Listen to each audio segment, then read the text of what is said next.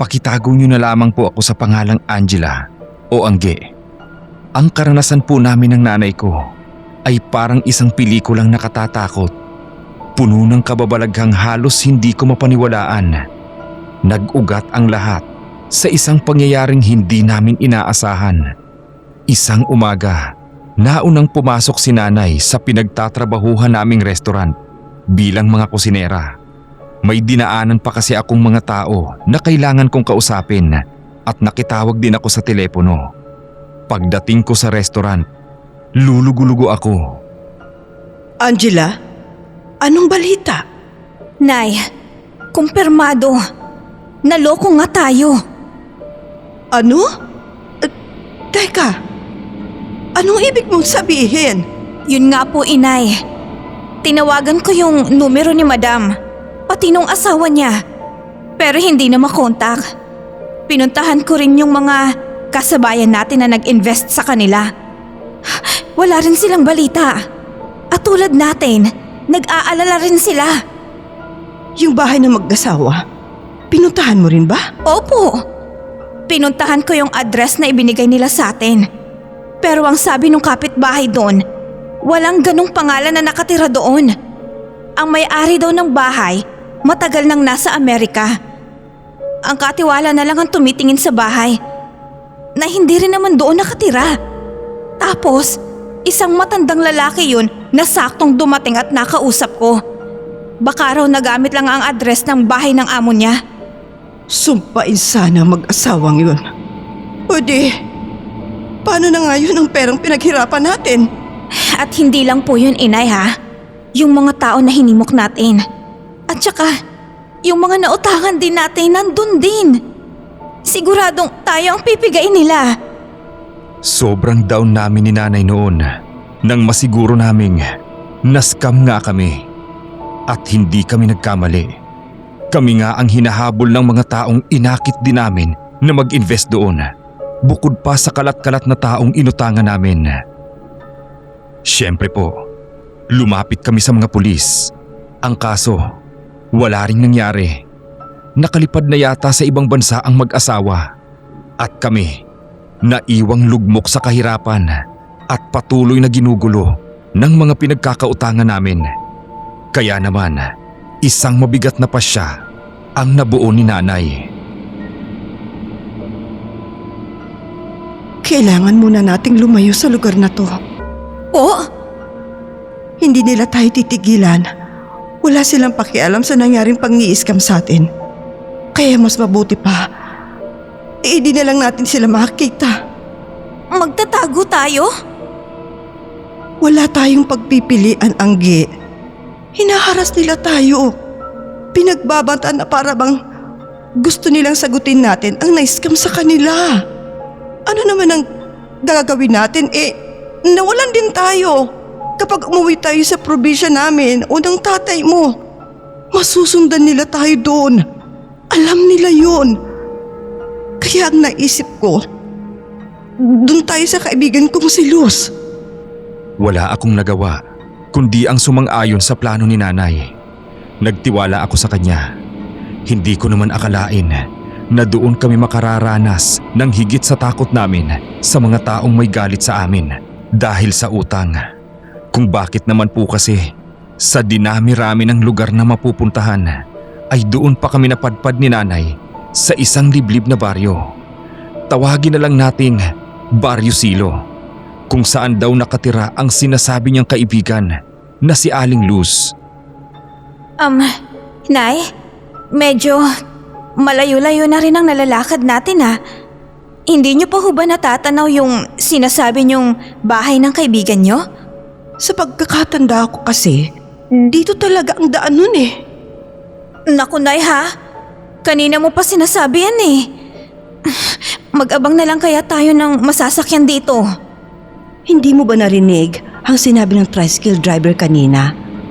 Hanggang doon na lang daw sila. Wala na raw pumapasok na sasakyan dito. Lalo na, hindi ko masabi kung saan talaga yung bababaan natin. Kasi nga diba, hahanapin pa natin ang bahay ng kaibigan ko. Itong maliit na ilog, natatandaan niyo po bang nadaanan niyo na dati? Parang hindi nga eh. Pero maglakad-lakad pa tayo doon. Baka sa banda doon, may matandaan ako. Yung dinaanan natin kanina, natatandaan ko yun. Doon kami dati nagpapahinga at nagkukutkot ng mani dati ni Luz. Hindi pa kasi noon uso ang cellphone. Ang mga may kaya lang sa buhay ang nakakapagpakabit ng telepono. Kaya yung sinasabi ni nanay na kaibigan niya, sa totoo lang ay matagal na silang walang kontak. Mag-iisang taon na rin mula nang matanggap niya ang huling sulat mula kay Aling Luz. Pero ayaw ni nanay na mawala ng pag-asa. Pilit niyang nilalakasan ang loob dahil alam niya wala na kaming ibang mapupuntahan kundi sa lugar na yon ng kaibigan niya.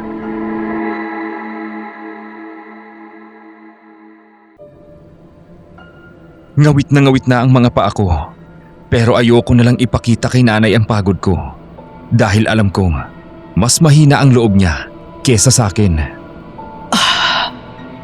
Sandali lang. Bakit ho, inay? Okay lang po ba kayo? Medyo sumasakit na mga paa ko at ang tuhod ko, anak. Ay siya, magpahinga na nga muna tayo dito. Halika, inay. Dito tayo sa lilim ng puno. Sana mahanap na natin ang bahay ni Luz bago gumabi. Nakatatakot sa lugar na to. Masyado ng liblib. Sana nga po. Pero, hindi naman ako natatakot sa lugar na to, inay. Ang ganda nga ng paligid at napakasariwan ng hangin. Nanunuot sa ilong ko. Hindi natin alam kung anong panganib ang nagkukubli sa likod ng magandang tanawin dito. Hay naku, nay. Huwag po kayong mag-isip ng ganyan. Matapos ang nangyari sa atin sa Maynila, kailangan nating maging positibo ngayong nakalayo na tayo ron. Napakawalang hiya kasi na mag-asawang yun. Ang dami rin nating naaya. Pati mga kaibigan at kapitbahay.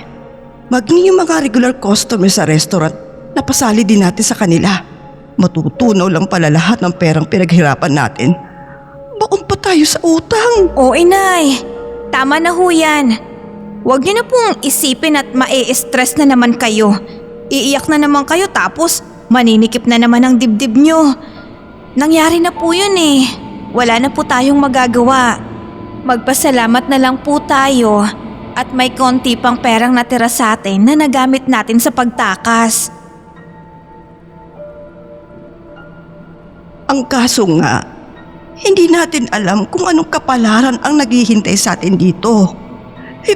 Paano kung hindi natin makita ang bahay ni Luz? Si nanay talaga.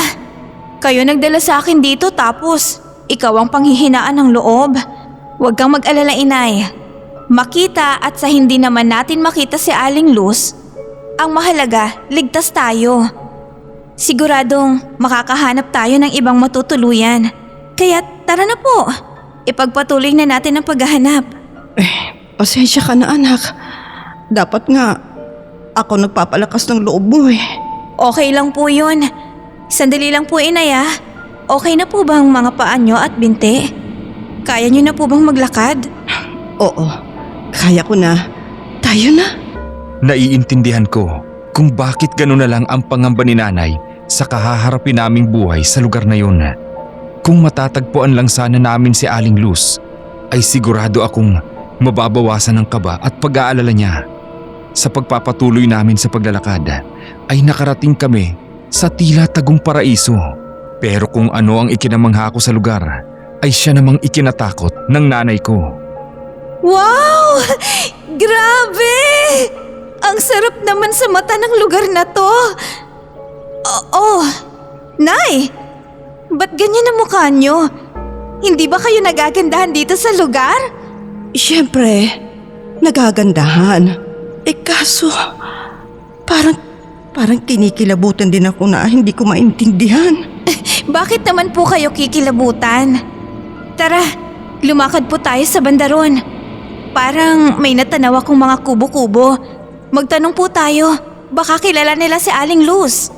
Hindi ko alam kung bakit medyo atubili si nanay. Basta ako, buo ang loob ko na magtanong-tanong. Kahit maganda ang lugar, ay masakit na rin talaga ang mga paa ko sa kalalakad. Lalo at hindi patag ang nilalakaran namin. Mabato at umbok-umbok ang lupa. May ilang bahagi lang kaming nadaanan na madamo. Kaya kailangan naming mahanap si Aling Luz o sa ilalim ng puno kami magpapalipas ng gabi.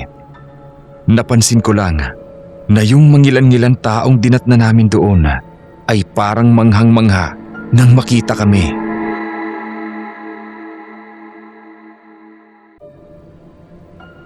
Sa kabila ng tila kakaibang mga tao roon, ay hindi ako nagdalawang isip na kausapin sila. Magandang hapon po sa inyo. Ako po si Angela o Angge. Siya naman po ang Nanay Crisanta ko. May hinahanap po kaming tao. Luz po ang pangalan. Baka po may kakilala kayo rito na Luz. At Nay, ano nga po ulit yung apelido ni Aling Luz? Marquita. Luz Marquita. Ayun, si Luz Marquita. Kaibigan po siya ng nanay ko eh. Naimbitahan po niya kami rito kaya lang nakalimutan po ng nanay ko yung eksaktong lugar ng bahay ni Aling Luz. Siyempre, nagsinungaling lang ako na inimbitahan kami. Ang unang naging reaksyon nila ay mga nagkatinginan. Hindi ako sigurado. Pero sa tingin ko, makahulugan ang naging palitan nila ng tingin. Kung wala naman po kayong kilalang Luz, baka po may alam na lang po kayo na pwede naming pagpalipasan ng gabi. Padilim na rin po kasi mahirap maghanap sa dilim kaya bukas na lang po sana namin itutuloy. Hoy, nakakahiya naman sa kanila. Siniko pa talaga ako ni nanay para awatin ang bibig ko. Itinuloy ko pa rin ang pagkausap sa mga taga-baryo na para sa akin weird talaga. Yung tipong pinakikiramdaman pa kaming mag-ina kung sino ba kami at ano ang pakay namin doon.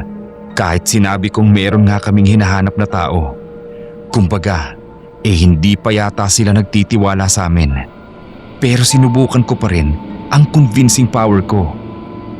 Hanggang sa meron na akong mapagsalita sa kanila. Huwag kayong mag-alala. May matutuluyan kayo. Talaga ho? Ay, saan naman po? Sumunod kayo sa akin.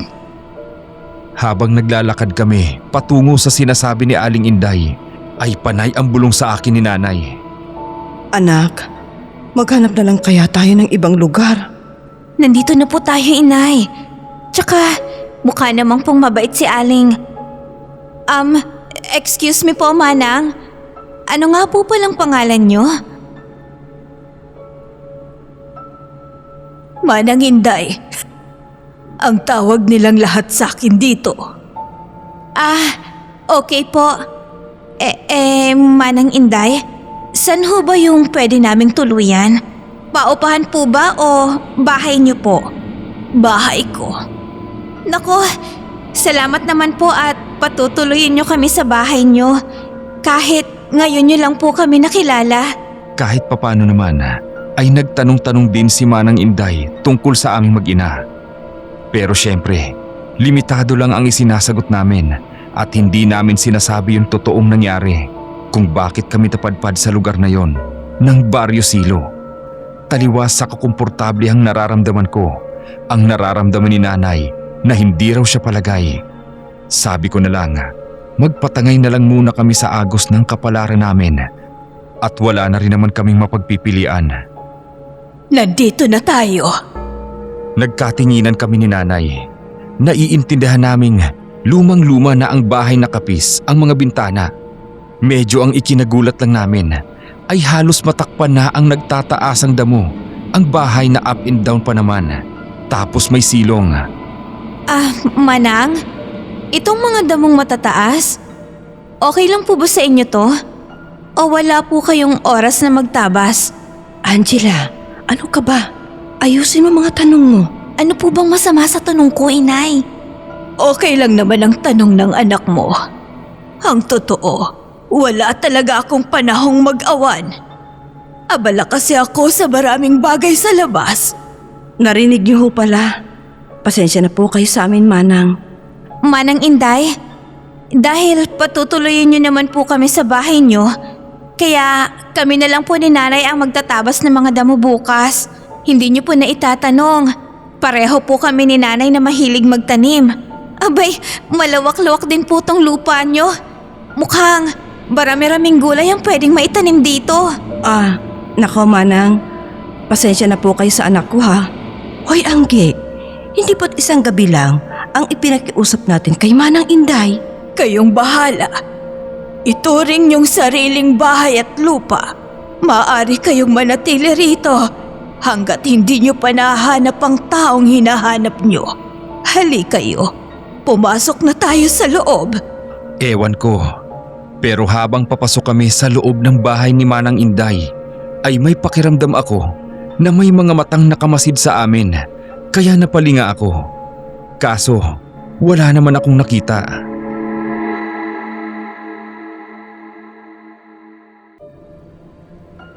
Hindi ko na lang pinansin yung pakiramdam na may parang nakamasid sa amin.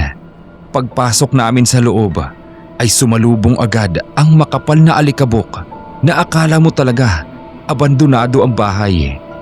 Pasensya na kayo sa dumi ng bahay. Mas madalas kasi akong nasa labas kaysa nandito sa loob. Halos sa labas na nga ako nakatira. Kaya kayo nang bahalang maglinis dito para maging komportable kayo. Nako, wag po kayo mag-alala Manang. Wala pong problema sa amin. Kami na po ang bahala maglinis. May 2 kwarto rito sa ibaba at meron ding isa sa ikalawang palapag. Ito na lang nasa ibaba ang okupahin nyo kasi doon ako natutulog sa itaas. Kung maaari sana, huwag kayong aakyat. Yun lang ang ipapakiusap ko sa inyo. Wala pong problema. Dito lang po kami sa ibaba. Siya nga pala, bago ko makalimutan, may kasama kayo rito. Sino po? Kinatok ni Manang Inday ang isa sa 2 silid na nasa ibaba. Hindi naman yun nakakandado. Marahan niyang binuksan nang sumagot ang nasa loob. Sumilip kami pareho ni nanay. Siya si Ka Empong, isang albularyo na matalik na kaibigan ng yumao kong Kuya Erning. Lumpo na siya at bulag. Mahabang kwentong pinagdaanan niya. Tanging ako na lang ang nag-iintindi sa kanya. Tandaan niyo na hindi niyo siya kargo. Wala kayong obligasyon na alalahanin siya sa pagkain o ano paman. Basta, hayaan niyo lang siya. At kung maaari, huwag niyo siyang lalapitan, lalo na ang kausapin. Wala siya sa normal na pag-iisip. Marami siyang halusinasyon. Kaya, guguluhin lang niyang isip niyo. Ako nang bahala sa kanya. Sige po. Alam kong pagod kayo, kaya maaari na kayong magpahinga sa kabilang silid. Kung may kailangan kayo o tanong, bukas na natin pag-usapan. Sige ho Manang Inday. Maraming salamat po sa pagpapatuloy sa amin dito. Tulad sa sala, ay maalikabok din ang silid na yon. Grabe, Nay, oh! Daig pa ng bahay na to ang abandonadong bahay. At yung albularyo sa kabilang silid, ano kayang nangyari sa kanya? Paano siya nabulag at nalumpo? Sa totoo lang, nakakatakot siyang tingnan. Shh! Hinaan mo ang boses mo. Baka marinig tayo ni Manang Inday. Nakakahiya. Huwag mo nang pag-isipan yon. Ang importante ngayon, eto. Meron tayong ligtas na matutulugan ngayong gabi. Ay, sana nga, ligtas tayo rito. Mukha namang pong safe tayo rito. Tingnan mo po, oh. Matigas at makapalang mga kahoy na ginamit sa bahay na to. Madumi lang talaga. Ito na lang munang bag natin ang gawin nating unan. Tapos bukas, labhan natin tong punda tsaka sa pinanghigaan. Sige po. Nay, tingin nyo, bakit bawal tayo sa itaas ng bahay? Ano ka ba naman? Malamang, pribado yun. Nandun ang silid tulugan ni Manang Inday. Hindi pa niya tayo lubusang kilala kaya syempre, wala pa siyang tiwala sa atin. Baka may mga gamit siya roon na makakalaga. Di ba sabi niya, wala siya lagi dito sa bahay? Paano po kung umakyat tayo at pakialaman ang gamit niya? Di siguradong palalayasan niya tayo. Kaya matuto tayong sumunod sa patakaran niya. Swerte na natin. May nagpatuloy sa atin pansamantala. Nasa gitna kami ni nanay ng pag-uusap nang katukin kami ni Manang Inday. Pasensya na sa abala. Nakalimutan ko kasing ibigay sa inyo to. Ano po ito? Pulseras? Ang itim na pulseras na yan. Yan ang magsisilbing palatandaan na mga bisita ko kayo. Bakit po kailangan ng palatandaan? Mahirap ipaliwanag ang mga nakaambang panganib sa isang liblib na lugar na gaya rito. Basta, kailangan yung suotin ng pulseras, lalo na kung lalabas kayo, para na rin sa kaligtasan nyo. Sige po. Ang weird, pero sinunod na lang namin si Manang Inday. Isang simpleng porselas na itim lang naman yon na walang disenyo, kaya ayos lang.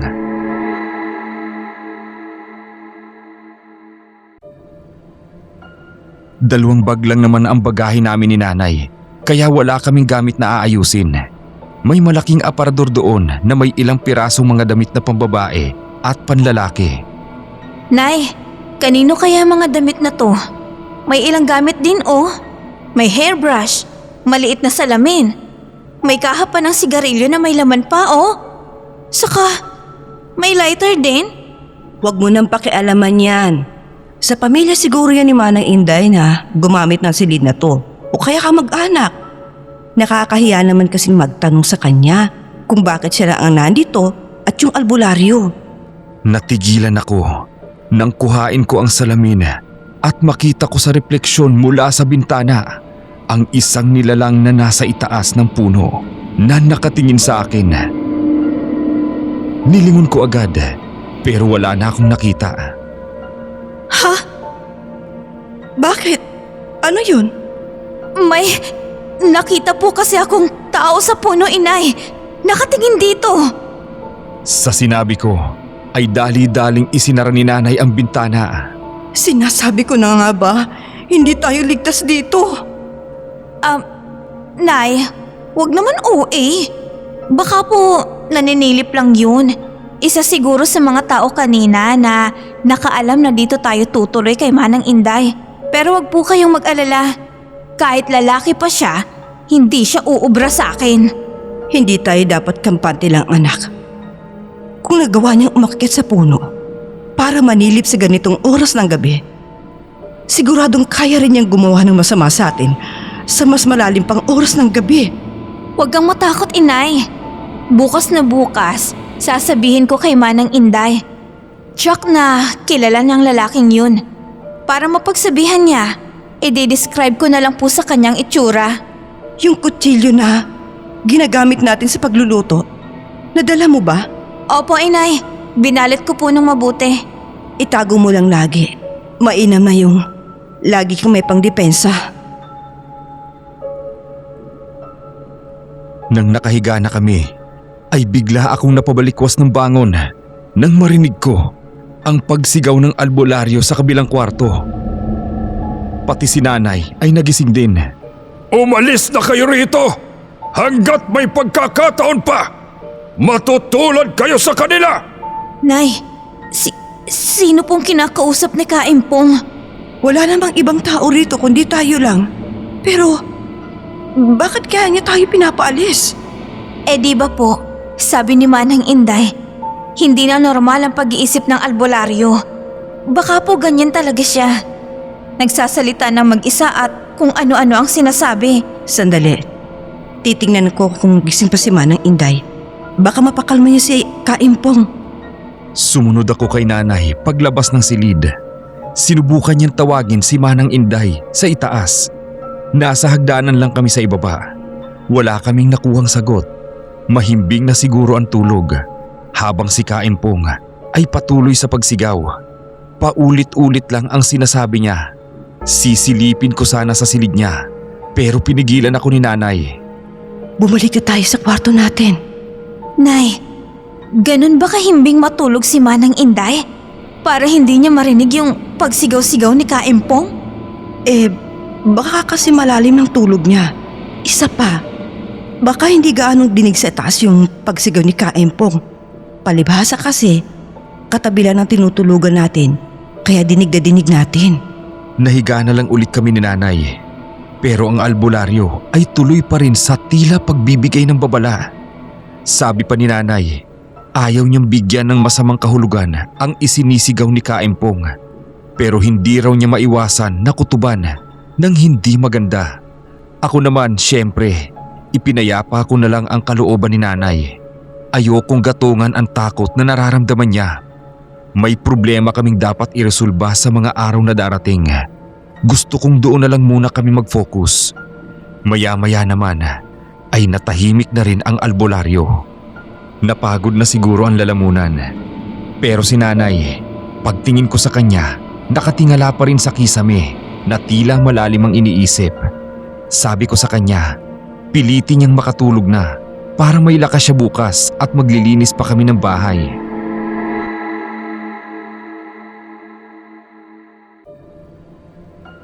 Kinabukasan, hindi namin inabutan si Manang Inday. Tawag kami ng tawag sa hagdan, pero walang sumasagot, kaya naisip namin na wala na siya ron. Pero may pagkain sa mesa, nilagang saging at tubig. Ipinalagay namin na iniwan talaga niya yon para sa amin. Ang bait ni Manay Inday, ano, Inay? Huwag tayong pakasiguro, anak. Basta, makisama lang muna tayo habang nandito pa tayo. Nay, ano pong plano? Maglilinis tayo ng bahay ngayon? Tapos? Itong buong araw, linisin muna natin ang buong ibaba ng bahay. At kung may oras pa, iyan namang bakuran. Tapos sunod na araw, tsaka tayo lalabas para hanapin si Luz. Kailangan pa po ba talaga natin siyang hanapin?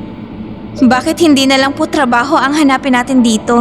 Ay nako anak, gagawin natin yan. Gusto ko lang ding mahanap si Luz. Kaibigan ko siya.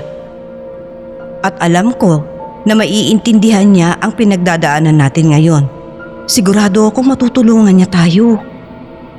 Nay, wag po kayong matakot. Nandito po ako sa tabi niyo. Kahit anong mangyari, hindi ko po kayo iiwanan. Dalawa tayong lalaban sa buhay. At malalampasan po natin ang problema natin ngayon.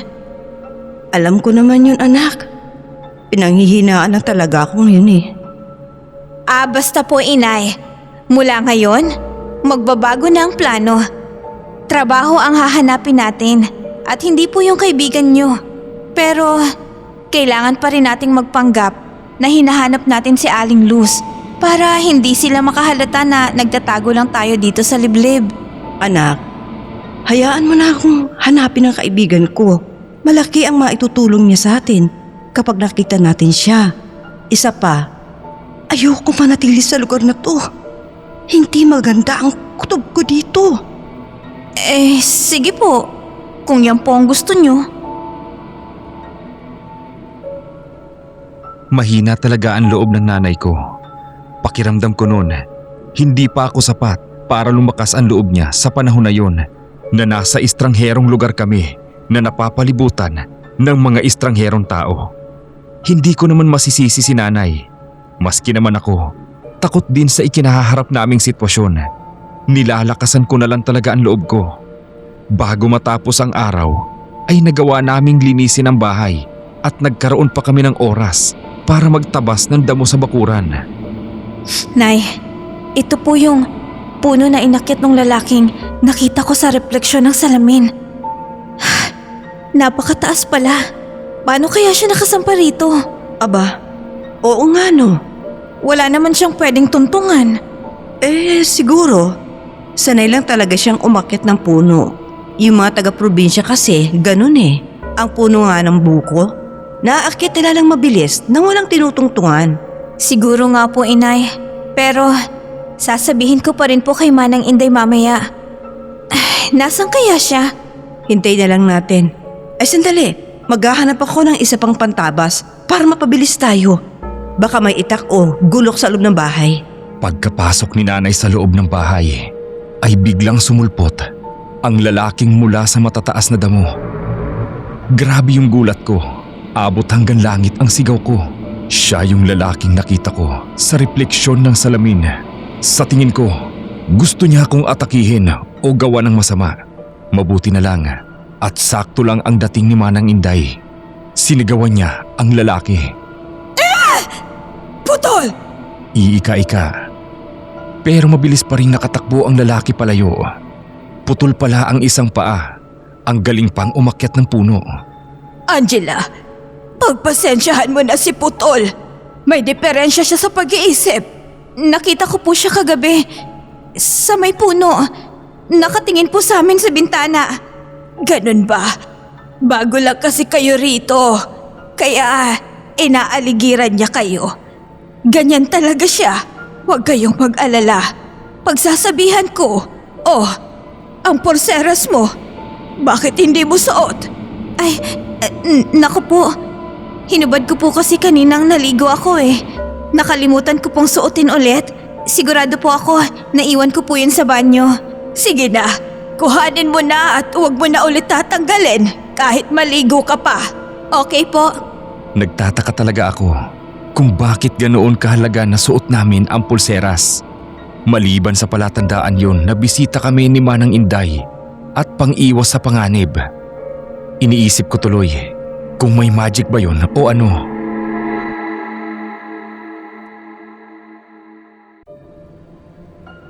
Takot na takot si nanay nang malaman ang nangyari.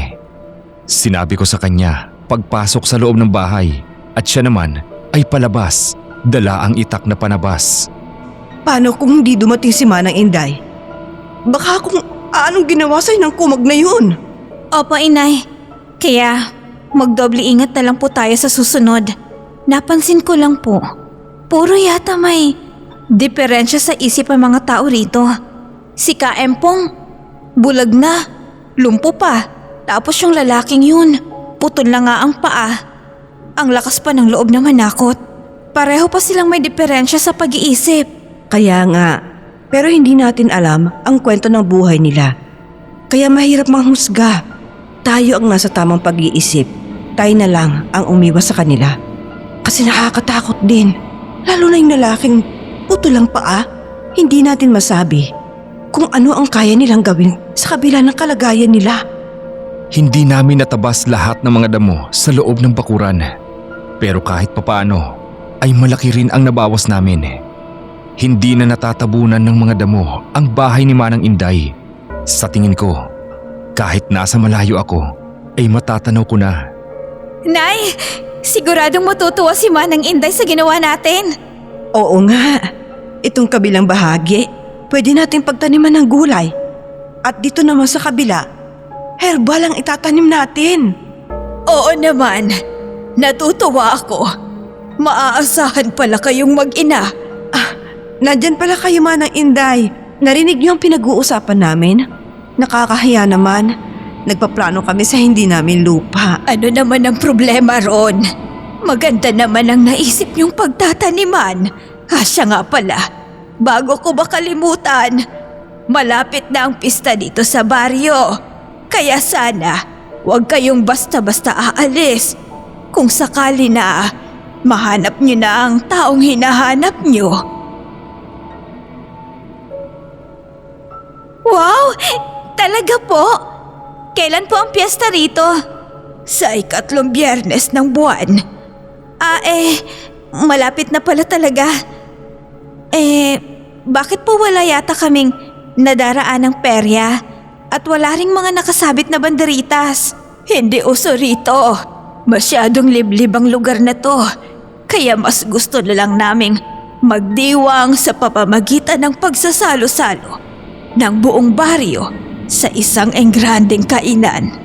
Ganun po ba? Masaya nga po yun. Kaya nga, sana'y magtagal pa kayo rito. Ituloy niyo lang ang plano niyong pagtatanim sa bakurang ko.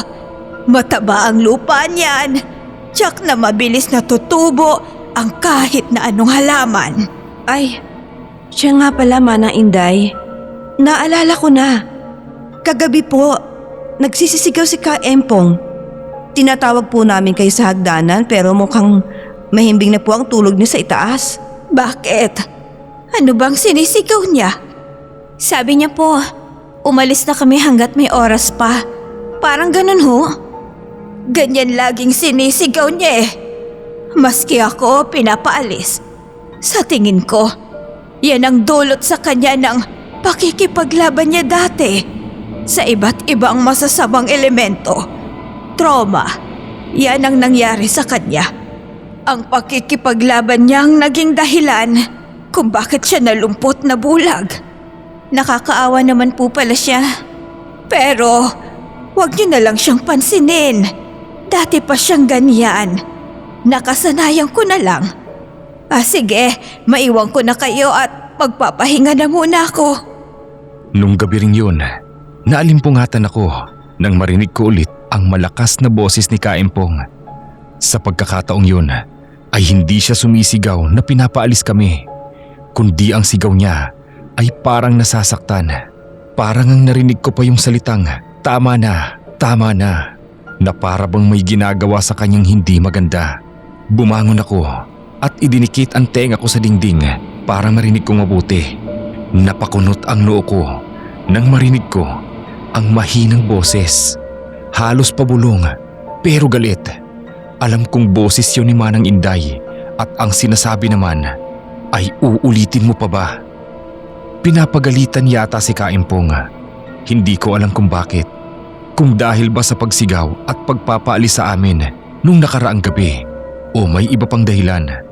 Baka may ginawa na hindi niya nagustuhan.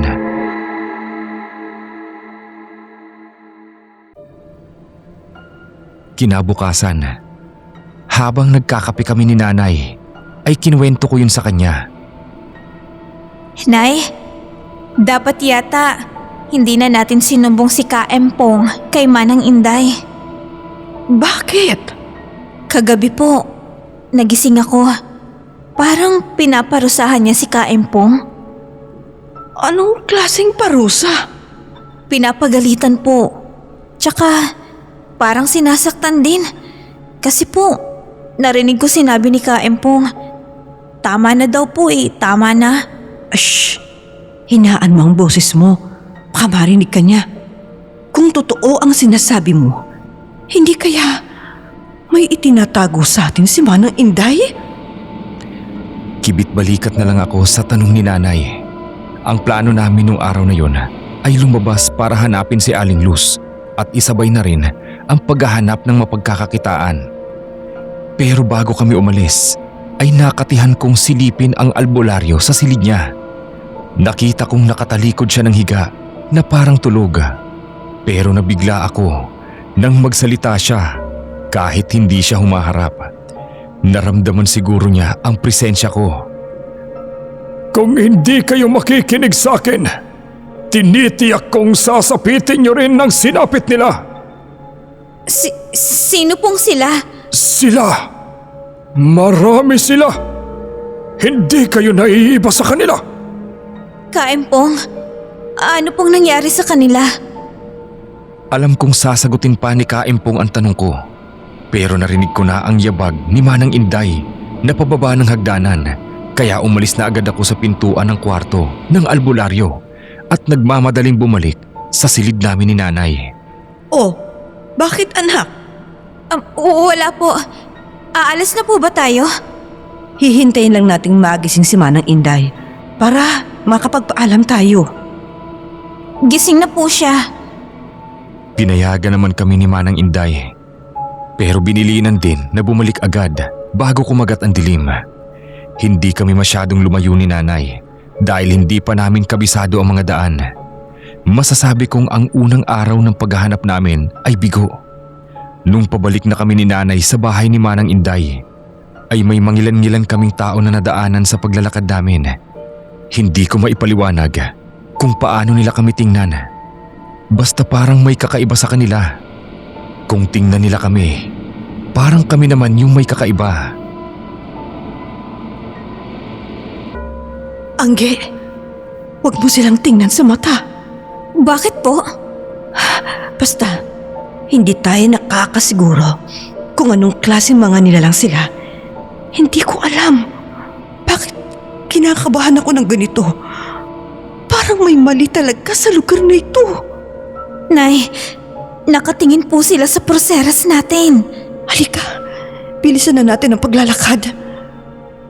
Nagmadali na nga kami sa pag-uwi. Dinatnan namin sa bahay niya si Manang Inday na may inaayos sa mesa. Mabutit dumating na kayo. Heto, may mga buto ako ng halaman na pwede niyong itanim. Pumili na lang kayo rito. Salamat po, Manang. Kamusta naman ang paghahanap niyo sa kaibigan mo, Crisanta? Hindi po namin siya natagpuan eh. Mukhang napalayo kami sa totoong lugar niya. Sadya sigurong dinala kayo rito ng tadhana. May iaalok sana ako sa inyo. Ano po yun? Kakailanganin kasi namin ng dagdag na makakatulong sa pagluluto para sa malaking handaan sa darating na pesta. Ay nako, hindi niyo po na itatanong. Pareho po kami ni nanay na nagtatrabaho bilang kusinera sa isang restaurant sa Maynila. All around po ang gawaing kusina. Bihasa po kami dyan, lalong-lalo na po sa pagluluto. Talaga? Ay kung ganun, maaari ba kayong tumulong sa amin? Opo naman. Tumingin sa akin si nanay na para bang nagtatanong ang kanyang mga mata kung tama bang sinabi ko yun at tama bang tanggapin namin ang alok. Tumangu-tango na lang ako. Halos sabay-sabay kaming napalingon sa kwarto ni Kaimpong nang marinig namin na sumisigaw na naman siya. Pero hindi namin maintindihan ang sinisigaw. Parang ibang lingwahe. Tumayo si Manang Inday at pumasok sa loob ng silid. Pagkatapos nun, wala na kaming narinig mula sa loob. Kaya hindi namin maiwasan ni nanay na mag-alala para sa matandang albularyo. Hindi kasi namin alam kung ano ang ginawa sa kanya ni Manang Inday para mapatahimik siya. Sa kabilang banda ay naiintindihan ko naman si Manang na siguro ay nai-stress na rin siyang mag-alaga ng isang katulad ni Kaimpong. Iba naman ang saloobin ni nanay. Napakiwari raw ay meron kaming kailangang malaman mula sa albularyo. Noon ko naalala nung tanungin ko si Kaimpong kung ano ang nangyari sa mga tinutukoy niya na tulad daw namin ay hindi na niya nasagot.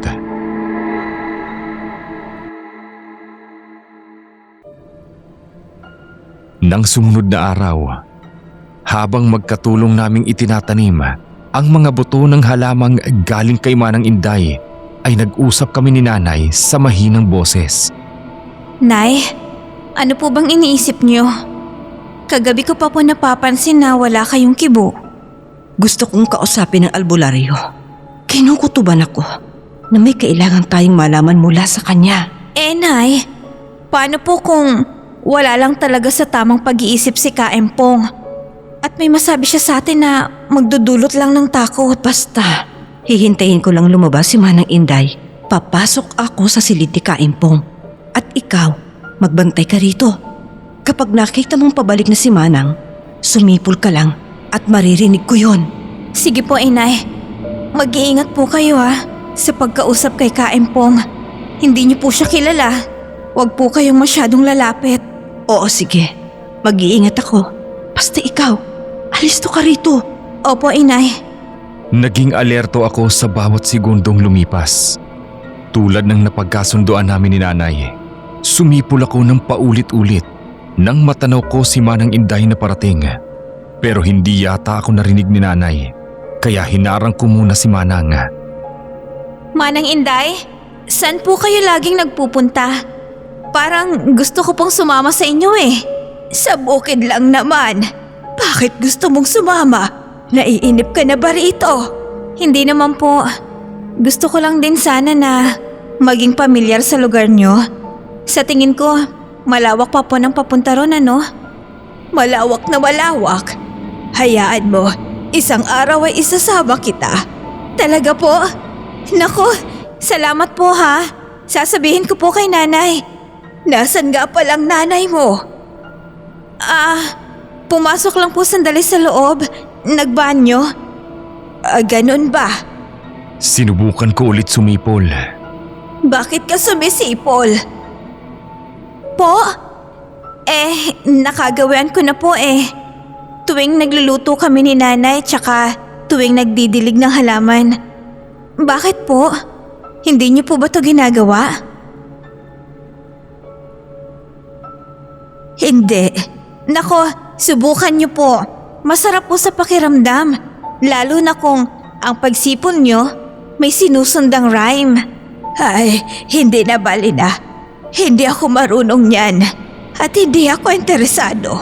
Hindi ko na alam noon kung paano ko ididistract si Manang. Pero nakahinga ako ng maluwag nang makita ko si nanay sa pintuan.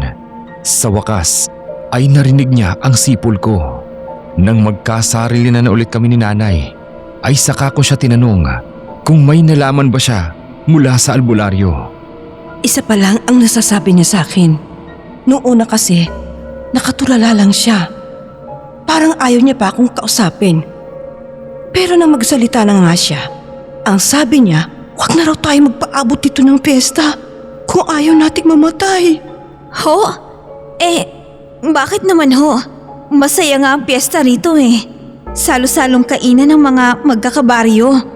Itatanong ko na nga sana sa kanya kung bakit. Pero narinig ko ang sipol mo kaya nagbadali na akong lumabas ng silid niya. Bakit naman kasi masyadong pasuspense ang albularyong yun eh? Bakit hindi pa niya tayo diretsuhin? Kung ano ba talaga ang mga nangyayari? Kung anong meron dito? Bakit niya tayo pilit pinapaalis? At bakit tayo mamamatay? Anggi, ano kaya kung sundin na lang natin siya? Paano kung nagsasabi siya ng totoo? Paano naman po kung hindi? Kung totoong may sira na ang utak niya, malamang gumagawa na lang po yan ng kwento. Ang bait po kasi sa atin ni Manang. Nakakahiya naman po kung basta na lang tayo aalis. O sige, parausin lang natin ang piyesta. Tapos magpaalam na tayo kay Manang Inday. Anak, kinukutuban din kasi ako ng masama. Unang dating pa lang natin dito. Huwag po kayo mag-alala, Inay. Pagkatapos ng piyesta, magpapaalam na tayo ng maayos kay Manang. Siguro naman, makakakita pa tayo ng matutuluyan sa ibang lugar. Oo, kapag may pagkakataon pa, kakausapin ko ulit si Empong. Nararamdaman ko, may iba pa akong malalaman sa kanya. Nagtatalo ang isip ko noon. May bahaging nagsasabi, ayos lang, walang problema sa sitwasyon namin. Pero sa isang sulok ng utak ko, ay may bumubulong ng panganib. Sabi ko sa sarili ko, susundin ko na lang si nanay. Alam ko naman na ang kutob ng magulang ay kadalas ay tama. Kaya sa kanya na lang ako maniniwala.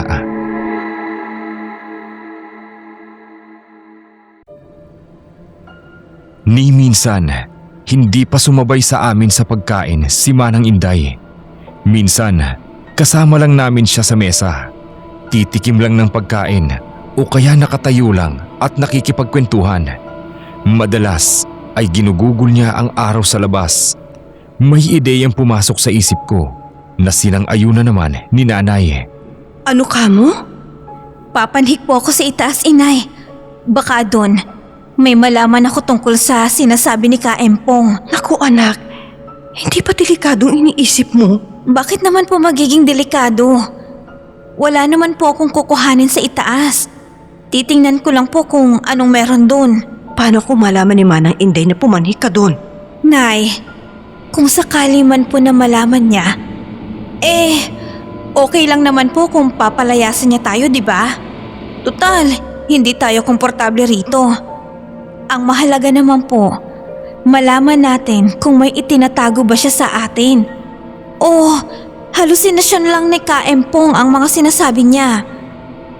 O sige, ako naman ang magbabantay dito sa bintana. Dalian mo lang ha? Opo, Inay, hindi po ako magtatagal.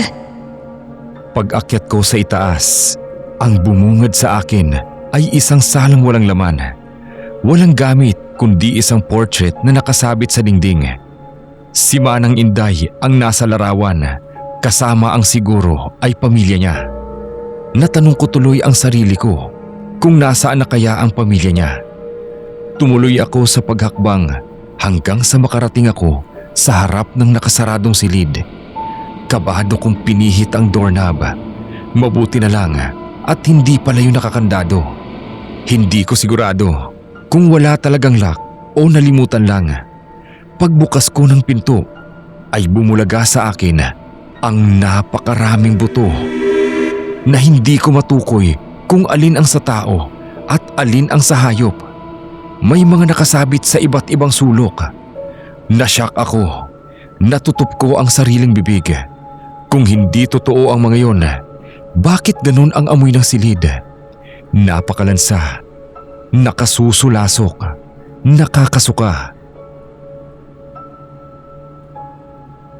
Nanginginig ang mga kamay na isinarado ko ang pinto. Nagunahan ang mga paa ko sa pagbaba. Nag-aalalang sinalubong ako ni nanay sa hagdan. Dumiretso ako sa banyo at doon sumuka. Anak, anong nangyari? Anong nakita mo? Mga buto, inay. Mga buto ng tao yata at hayop. Ano? Nay, mukhang tama po si Kaimpong. Hindi tayo ligtas dito. Kaya pala, ayaw tayong paakyatin ni Manang sa itaas. Dahil may ganun siyang itinatago sa atin. Sandali. Ipaliwanag mo, nakita mo. Totoo ba ang mga yun? Baka hindi naman. Baka collection lang niya ng mga artificial na buto. Baka... Nay, maniwala ka sa akin. Hindi ba't ikaw na nga itong may masamang kutob sa bahay at sa lugar na ito? Oo nga, pero kasi... paanong... Hindi namin na ipagpatuloy ang pag-uusap nang marinig namin ang papalapit na yabag, si Manang Inday. Oh, anong nangyari kay Angela? May nakain po yatang hindi tinanggap ng sikmura. Ganon ba? Sandali. Kukuha ako sa itaas ng langis na pamahid. Naku, wag na po, Manang. Naisuka ko na po yung kinain ko. Okay na po ang pakiramdam ko. Sigurado ka ba? Opo, kailangan ko lang po sigurong magpahinga. Sa kwarto na po muna ako. Manang, salamat po. Sasamahan ko lang po anak ko sa silid. Kung may utos po kayo, katukin niyo lang po kami. Hindi sumagot si Manang. Nakatingin lang siya sa amin. Pagdating sa loob ng silid ay hindi namin nilak dahil ayaw naming makahalata siya at hindi rin muna kami nag-usap ni nanay. Sinenyasan kasi ako ni nanay na huwag munang magsalita at baka nakikinig lamang si Manang sa kung anumang pag-uusapan namin. Kaya tikom lang ang aking bibig at pinag-iisipan ang nakita ko sa itaas. Nangangalog pa ang mga tuhod ko sa sobrang kaba. Ang hindi katanggap-tanggap na amoy sa loob ng silid ni Manang ang nagpapatunay na totoong mga buto ang nakita ko.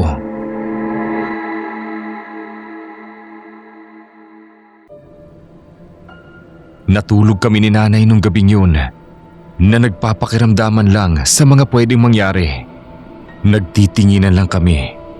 Madaling araw na nga yata nang makatulog ako. Nung umagang wala si Manang Inday sa paligid ay saka kami nag-usap ni nanay. Nay, ano na pong gagawin natin? Kakausapin ko ulit si Kaimpong. Sigurado ko na alam niya ang lahat. Sige po, magbabantay ulit ako sa labas. Hindi na. Sigurado naman na mamaya pa uuwi si Manang Inday. Pag umaga, hindi agad siya bumabalik. Sasamahan ko na lang po kayong kausapin si Kaimpong. Kumatok kami sa silid ng albularyo bago kami pumasok. Magandang umaga po, Kaimpong. Magandang umaga. Pwede na po ba nating ituloy yung pag-uusap natin? Tungkol po sa sinasabi niyo na... Nay, direktahin mo na po siya. Kaimpong, may nakita po akong mga buto sa silid ni Manang Inday. Pakiusap po, sabihin niyo po sa amin kung ano pong nalalaman niyo tungkol doon. Mga buto. Mga buto ng tao. Yun ang koleksyon niya. Buto ng tao? Sigurado po kayo? Paano po siya nagkaroon ng mga ganong koleksyon? Aswang. Sa lahat ng mga aswang dito, siya lang ang may koleksyon. Aswang? Bakit? Ngayon lang ba kayo nakarinig ng aswang? Hindi pa kayo nakakakita? Hindi pa po. Nakakita na kayo. Nakakasama niyo pa nga. Isa siyang aswang. Si Manang Inday? Aswang? Kaimpong, ang sabi po niya, nagkadiferensya po kayo sa pag-iisip. Dahil sa traumang inabot nyo sa pakikipaglaban sa masasamang elemento. Kung totoo po yun, bakit kayo nakatira sa bahay ng isang aswang? Kaibigan ko ang kuya niya. Matalik kong kaibigan. Inatake sila ng mga kalabang aswang. Silang magkapatid. Iniligtas ko sila. At ito ang napala ko. Pagkalumpo at pagkabulag. Pero hindi nakayanan ni Erning. Bago siya namatay, ay binili niya ako sa kapatid niyang si Inday. Si Inday, na madalas magpatuloy ng mga taong nagbabakasyon o kaya naliligaw sa baryo para maging biktima. Hindi sila nakinig sa akin. Pinagtatawanan lang nila ako. Kaya yun ang nangyari sa kanila. Nayanig kami sa sinabing iyon ni Kaimpong. Kung hindi ko nakita ang mga buto sa silid ni Manang Inday, ay baka nagkaroon na ako ng pag-aalinlangan na paniwalaan siya. Lumalabas na may tinatanaw lang palang utang na loob at habilin din ng Kuya Erning niya. Kaya kinupkup ni Manang Inday si Kaimpong. Kapag nalaman niya ang pagsisiwalat ng albularyo sa lihim niya, ay siguradong hindi lang parusa ang ibibigay niya. Baka makalimutan niyang may utang na loob sila at mapatay niya ito. Hindi po ba kayo natatakot na sinasabi niyo to sa amin? Sinabi ko na rin sa iba, pero wala namang naniwala sa akin. Isang dating albularyo na ngayon ay bulag at lumpo na may diferensya sa utak. Bakit nila ako paniniwalaan? Sa kalagayan kong manghihinayang pa ba akong mamatay? Yung pamilya po ni Manang Inday, nasan po sila? Wala na. Namatay sila sa kabilang baryo nang magkaroon ng pagroronda doon. Nahuli na ng dating si Inday at ang grupo nila. Pero nabawi nila ang mga labi ng pamilya niya. Hindi niya sila inilibing. Hinayaan ni Inday na maagnas hanggang sa matira ang mga buto sa loob ng kanyang silid. Muntik na akong masuka sa mga narinig ko. Angela, tayo na. Umalis tayo rito. Sana'y noon niyo pa ginawa nung pinapayagan pa niya kayong makalabas ng baryo. Ano pong ibig niyong sabihin? Malapit na ang piyesta. Hindi na niya kayo hahayaang umalis pa. Kahit makalabas kayo rito sa bahay, ay hindi na rin kayo makakalayo. Dahil ginagwardyahan na kayo ng buong komunidad ng mga aswang. Teka, huwag niyong sabihin, ang lahat po ng nakatira rito sa baryo, puro mga aswang? Unti-unti nilang inuubos ang mga tao na dating naninirahan dito. Kaya sila na ang bumubuo sa komunidad ng lugar na ito. Kami ang ihahanda nila sa piyesta? Ganun ba? Kasama ng iba pa nilang bibiktimahin sa labas ng baryo. Sabihin niyo po, paano kami makakaligtas? Hintayin niyo ang pagsapit ng pista. Kung kailan sila magiging abala. Hintayin? Para na rin naming hinintay ang kamatayan namin yan. Isa na lang ang paraan. Sa pagsapit ng pagdiriwang ng mga aswang, magkakaroon sila ng tinatawag na 13 minutos na paghinto. Wala silang gagawin kundi ang tumayo sa ilalim ng buwan para hingin ang basbas nito. Ginagawa nila yon bago simulan ang lahat ng mga gawain sa pagdiriwang, kabilang na ang pagluluto. maaari kayong magpanggap na wala pa kayong alam para magkaroon kayo ng pagkakataon na makatakas. Sa loob ng 13 minutos, kailangan niyong makalabas ng baryo. Kung hindi, wala na kayong magagawa. Napaiyak si nanay sa sobrang nerbiyos. Kaya niyakap ko siya.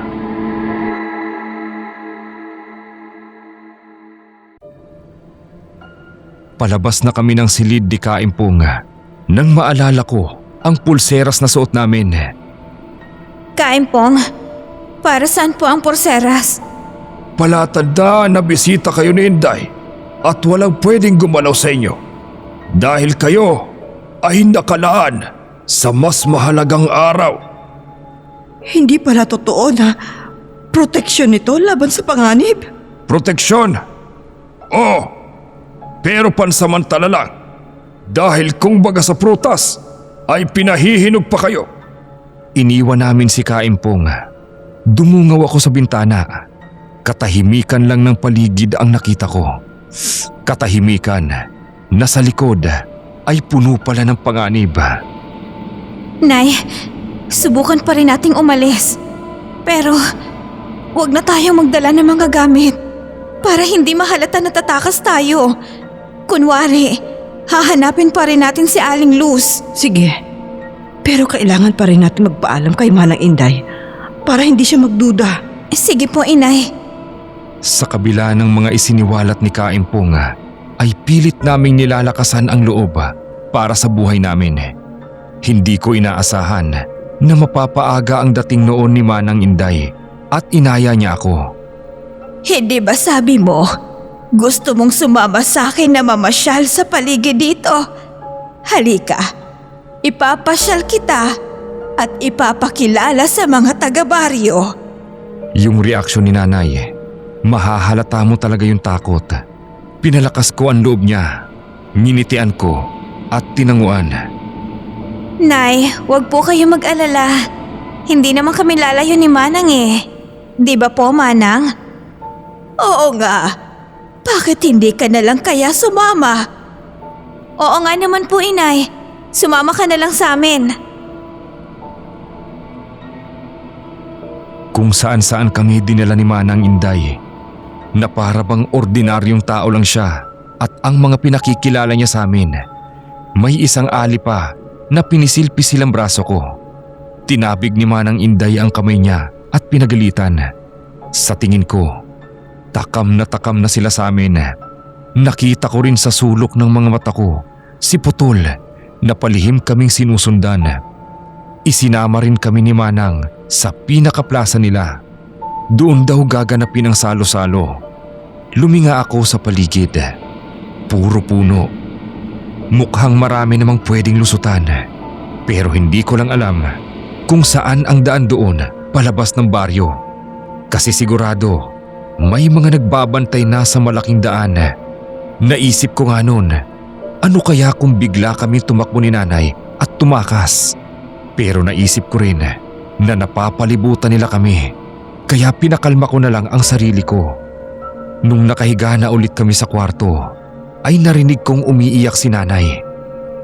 Nay, natatakot po ba kayo? Bakit ikaw? Hindi ka ba natatakot? Siyempre naman po natatakot. Kaya lang, nandito na tayo eh. Kailangan nating labanan ng takot. Dahil makakasagabal yan para makapag-isip tayo ng tamang gawin para makaligtas. Naniniwala ka ba sa lahat ng sinabi ni Kaimpong? Opo, tumutugma naman po sa mga nakita ko at sa sitwasyon natin eh. Kaya rin pala tayo kinuha ni Manang nakatulong nila para mapanatili tayo rito hanggang piyesta. Siguro, iniisip niya na baka bigla nating maisipang umalis. Anak, kasalanan ko naman kung bakit tayo napadpad sa lugar na to eh. Ako ang nagdala sa'yo rito. Kaya kung maiipit tayo sa sitwasyon, kung magagawa mong tumakas na mag-isa, huwag kang magdadalawang isip na iligtas ang sarili mo. Nay, kahit anong mangyari, hindi kita iiwan dito. Magkasama tayong pumasok sa liblib na lugar na to. sabay din tayong lalabas. Nang ligtas.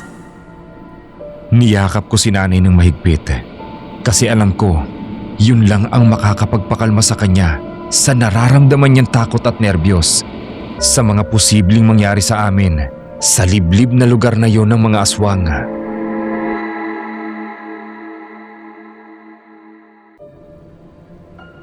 Kinabukasan, naabutan kong paalis na si Manang Inday.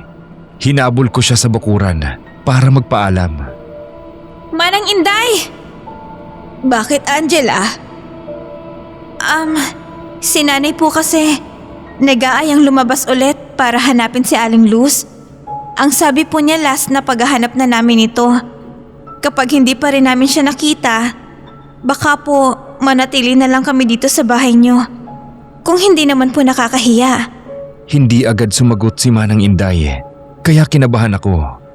Parang nakakaaboy siya ng tunay na plano namin ni nanay. Nginitian ko siya para hindi siya magduda. Nakahinga ako ng maluwag nang payagan niya kami.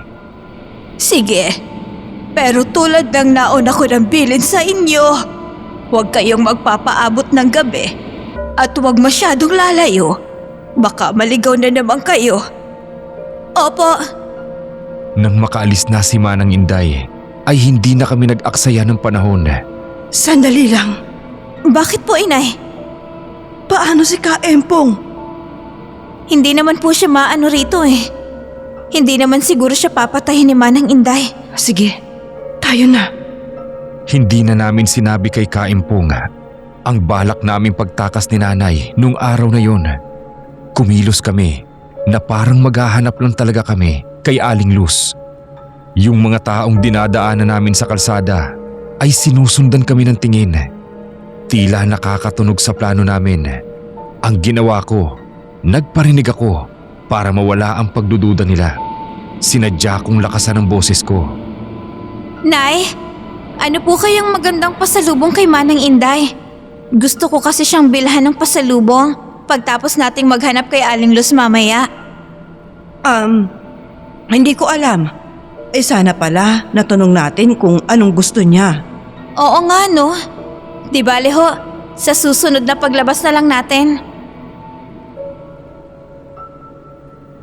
Akala ko'y magiging epektibo. Pero kung kailan malapit na kami sa bukana ng baryo, ay saka naman kami hinarang ng 4 na tao. Ang ibig kong sabihin, 4 na aswang na nagpapanggap na mga normal na tao. 3 lalaki at 1 babae. Bakit po? Anong kailangan niyo sa amin? Bumalik na kayo sa bahay ni Manang Inday. Hindi kayo maaaring lumabas ng baryo. Ho? Pero bakit naman ho?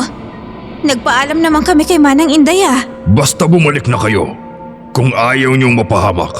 At bakit naman po kami mapapahamak? Sige na, balik na ron. Ayaw nilang sagutin ang tanong namin. At yung mga tingin nila, sobrang nakatatakot. Yung tipong hindi mo nagugustuhing makipagtalo. Dahil parang sasaktan ka na lang nilang bigla. Ano ang oras? Kaya sumunod na lamang kami. Isusumbong namin kayo kay Manang. Hindi niyo kami pinalabas. Hindi sila sumagot. Nung medyo nakalayo na kami sa kanila, ay saka kami nag-usap ni nanay. Paano na yan? Anong gagawin natin ngayon? Sandali lang po, Inay. Mag-isip tayo. Hindi na tayo pwedeng bumalik doon. Kung labanan natin sila, total, may dala naman tayong patalim sa likod ng damit natin eh. 4 sila, Nay. At siguradong doble ang lakas nila sa atin. Mukhang kailangan muna nating bumalik. May isang option pa tayo. Yung sinabi ni Ka Empong. 13 minuto. Papaano nating magagawang makalabas ng baryo sa ganong kaiksing oras? May naiisip ka pa bang ibang paraan? Sabi ni Manang, sa plaza daw gagawin ang salo-salo. Maraming lusutan doon. Kung may isa sa mga lusutan doon ang dadaanan natin, maaari tayong makaligtas sa loob ng 13 minutos. Yun ay kung suswertehin tayo na palabas ang mapapasukan natin. Sige, subukan natin. Tama, naisip ko na. Magtatanong-tanong ako na parang kaswal na tanong lang kung saan patungo ang daan na yun. Sana may tangang aswang na makapagsabi sa akin ng daan na kailangan natin. Halika na. Bumalik na tayo sa bahay. Pagbalik namin ay naabutan namin si Manang Inday na papasok sa bakuran. Hindi ko alam kung bakit bumalik din siya sa bahay. Parang hindi naman siya nagtaka nang makita kami. Gayong alam niya na dapat ay mamaya pa ang uwi namin dahil kakaalis lang nga.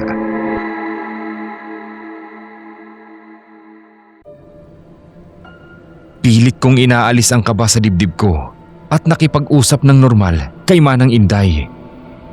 Manang! Manang! Buti naman po bumalik kayo. Meron po kasing mga humarang sa amin sa bukana ng baryo. Ayaw kaming palabasin. Mapapahamak daw po kasi kami. Bakit po kaya? Oo nga pala. Bisperas na ng pista bukas. May pamahiin ang mga taga-baryo na 2 araw bago ang pista. Kailangang walang lalabas dito sa lugar dahil mapapahamak daw. Ho? Anong klaseng pamahiin yan? Paano yung mga bisita na magpupunta rito? Maaaring pumasok, pero hindi maaaring lumabas hanggat hindi natatapos ang pagdiriwang. Ganun po ba? Sa loob-loob ko, may papista-pista pa silang nalalaman at nakikipamahiin. Gayong mga halimaw naman sila na kumakain ng tao. Bispiras ng pista, pinaalala sa amin ni Manang Inday na kailangan naming tumulong sa pagluluto. Oo na lang kami ng oo. Nung maaga pa ay magkahawa kami ni Nanay na nagdarasal sa silid para sa kaligtasan namin sa kamay ng mga aswang. Ang sabi ni Manang Inday, susunduin na lamang daw niya kami kapag magluluto na. Nung umalis siya ay pumasok ulit ako sa silid ni Kaimpong. Kaimpong, sorry po kung hindi kami nakapagpaalam sa inyo kahapon. Nabigo po kami sa pagtakas. Sinabi ko naman sa inyo na isa lang ang paraan para makaligtas kayo. At yun ay oras ng kanilang pagriritual sa loob ng 13 minutos. Pero parang imposible naman po kasi Kaimpong na makalabas kami ng baryo sa ganong kaikling minuto. Kahit po bilisan pa namin ang pagtakbo. Teka, siguradong alam niyo ang pinakamalapit na daan sa plaza palabas ng baryo? Walang daan na malapit. Kailangan yung takbuhin ng bukana ng baryo. Yun lang ang pwede yung daanan. Ano? Hindi. Nagsisinungaling ka lang po. May nakita po akong mga lusutan malapit sa plaza. Siguradong isa ron, may daan palabas dito. Kaimpong, parang awa mo na.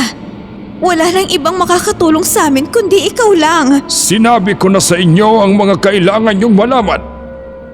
Nanlumo ako sa naging sagot ni Kaimpong. Lalabas na sana ako ng silid nang tawagin niya ako ulit. Halika. Lumapit ka. May ibibigay ako sa iyo.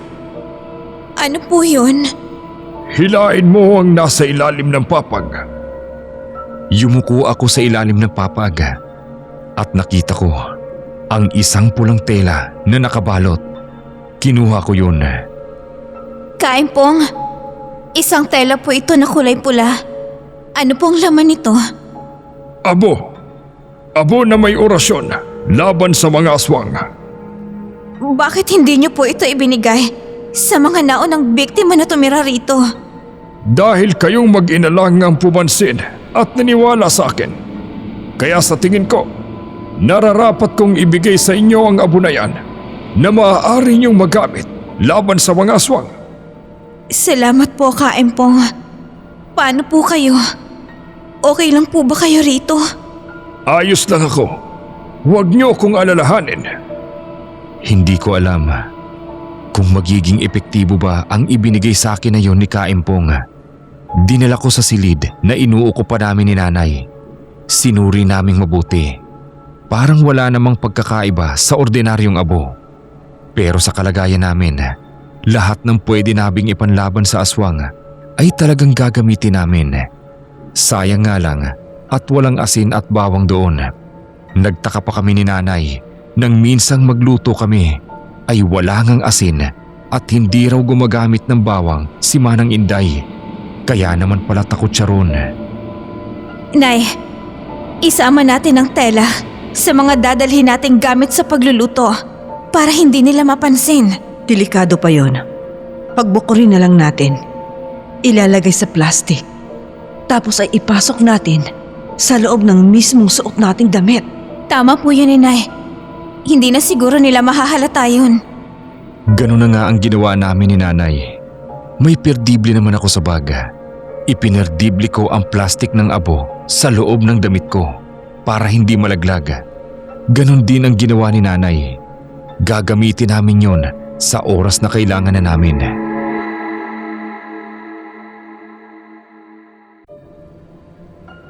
Bago kami lumabas ng bahay, ay kinuha ko ang lighter na nakita ko sa aparador noong unang dating namin doon. Naisip ko kasi na baka makatulong. Tapos ay hinintay na lang namin ang pagsundo ni Manang Inday. Planado na namin ni nanay ang magiging galaw namin. Huwag po kayong kabahan, Inay. Isipin mo na lang na kapag nakalabas na tayo dito sa liblib, may isang pagkakataon pa tayo na itama ang mga nangyaring mali sa buhay natin. Bumalik na tayo ng Maynila. Harapin natin sila. Dahil wala naman talaga tayong kasalanan, di ba, Inay? Tapos, unti-unti na lang nating bayaran. Gaano man kalaki yung naging utang natin. Yan ang nga rin ang iniisip ko kagabi pa. Dahil sa gusto kong matakasan natin ang problema, ay nasadlak pa tayo sa mas malaking kapahamakan. Huwag niyo na pong sisihin ang sarili niyo, Inay. Malalampasan natin to. Magtiwala lang tayo sa itaas. Maya-maya pa ay dumating na nga si Manang Inday para sunduin kami.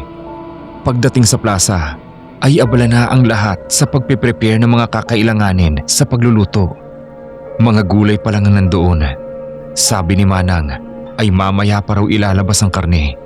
Basta tumulong muna kami sa paghihiwa ng mga gulay at iba pang lahok na hindi pamilyar sa akin sa tagal na naming naging kusinera ni nanay. Naisip ko nga na wala naman talagang karne, kundi kami mismo ang karning tinutukay ni Manang. Pero tulad ng sinabi ni Kaimpong, nauumpisahan pa ang pagluluto kapag natapos na ang 13 minutos na ritual. Saka pa lang siguro kami itutumba. Hindi ko alam kung paano. Naglalaro sa isip ko na baka pukpukin o saksakin na lang kami ron. Pinagpawisan tuloy ako ng malapot sa isiping yun. Nay, mukhang tama po si Kaimpong. Kumausap ako ng isang aswang, yung babae dun sa dulo. Tinanong ko kung saan ba papunta yung mga lusutan na yun sa hanay ng mga puno. Ang sabi, dito lang din daw, paikot lang. Ibig sabihin nun, wala talagang malapit na daan. Gawin na lang natin kung ano yung plano natin.